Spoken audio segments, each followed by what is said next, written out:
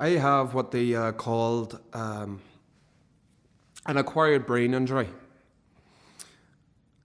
Leading up to me getting this injury, about a week before the crash, I have no memories. I have no memories for the couple of months after the crash. People have helped me fill in the blanks, well, the big blanks really, from the weekend that it actually happened. See, they've said that the weekend that it actually happened was a busy weekend, which is normal for me because I was always busy. I worked in sales. I always lived for the weekend, for the football. Not really a big drinker, but I loved playing football and just going out with the lads and having a good time. So I was told this weekend was a really, really busy weekend. I took my girlfriend out for a meal on the Friday. I called to my parents' house on the Saturday, helped them out there. And then on the Saturday night, I believe we were at a 21st. But I got told that I didn't have a drink because I was playing football the next day, which was normal for me. I took my football very seriously. So I didn't have a drink and I went to football and supposedly we were playing a neighbour team and we won. And they told me that I scored the winning goal. Now, I don't know how much truth is in that, but... so then we went out after the game. I had about 2 or 3 pints to celebrate, but that was it, because I had work in the morning and I knew that if I had too much, I wouldn't go to work.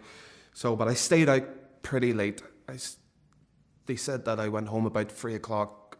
So if I went home about 3 o'clock, that would mean that I only had 4 hours sleep before I had to get up for work. So supposedly I got up for work, I headed off, and then I travelled loads and loads of times, tired. I do the normal things that everyone seems to do. You wind down the window, you turn up the music,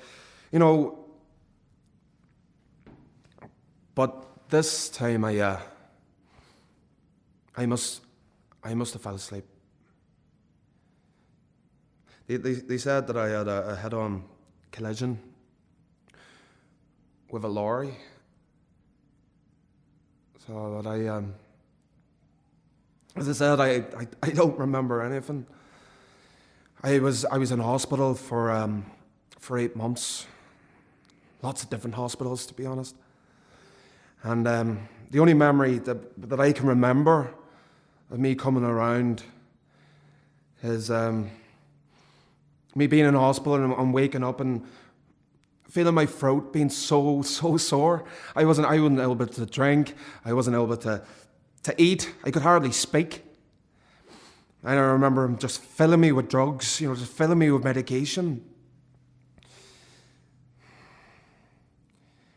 And then the depression hit home. I got very, very depressed. And with the depression came anger. I was angry with myself. I was angry, well, why has this happened to me? But then after a while, with the support of my family, the anger went away. And after 8 months, they said I could go home. But I'd need full-time care. So I went home. And my mum and dad was tiptoeing around me like I was some freak, some invalid, and I could feel the anger coming back. So I went a little bit withdrawn with myself, but they could see that. They know me, sure. And they started treating me like they used to treat me. And that was the most important thing for me. That's what I needed. Because then I started to accept what was happening. And I knew I had to deal with it. So I started trying to get my life back on track. Now my friends, that's another story, but my friends they came and visited me in the hospital a couple of times. Supposedly, sure, I don't remember. When I came home, they came and visited me a couple of times, but sure, they couldn't accept what had happened. They didn't know what a brain injury was. Sure, even did I before I got one. So I don't really blame them. They just didn't know how to treat me because I look the same from the outside, but inside, I'm not just right. My personality and everything's been affected.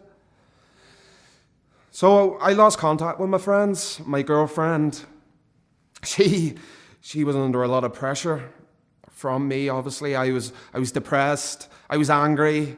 She'd been through a lot. So we split up, and I haven't had a girlfriend since. But as I said, I was getting my life back on track, and I was determined to do it. So I've been going to the hospital. They've been teaching me stuff. I now use my phone as reminders because a part of my memory's coming back. I can remember stuff from 20 years ago.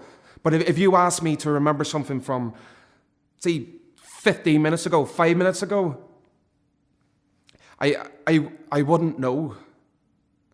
And it's frustrating, but I've learned how to help myself with that. I use my phone for reminders. I use a diary to day by day, just to help me live, try and live a normal life. So, so the memory is frustrating. That another frustrating thing that I find is if I go outside or if I enter a room and it's a wee bit cold, I'm freezing. If it's a wee bit hot, I'm sweating like a pig.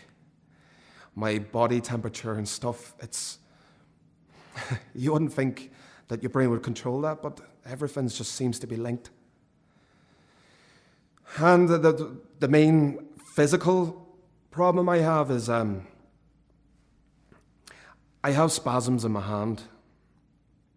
It runs through my arm. And I find I limit myself where I can go because I get very, very embarrassed by it.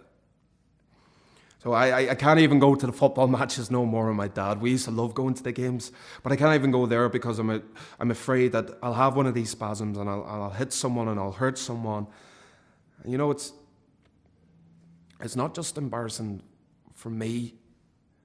It's embarrassing for my dad as well. So I decided not to do them things.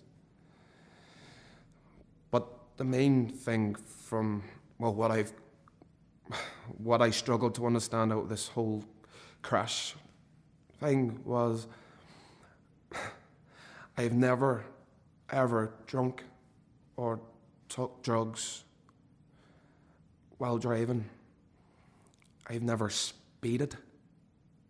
I've always driven really, really safely, and I've always been aware of people around me, and I never thought a crash like that would happen because someone had fallen asleep. They hadn't had enough hours. And from that,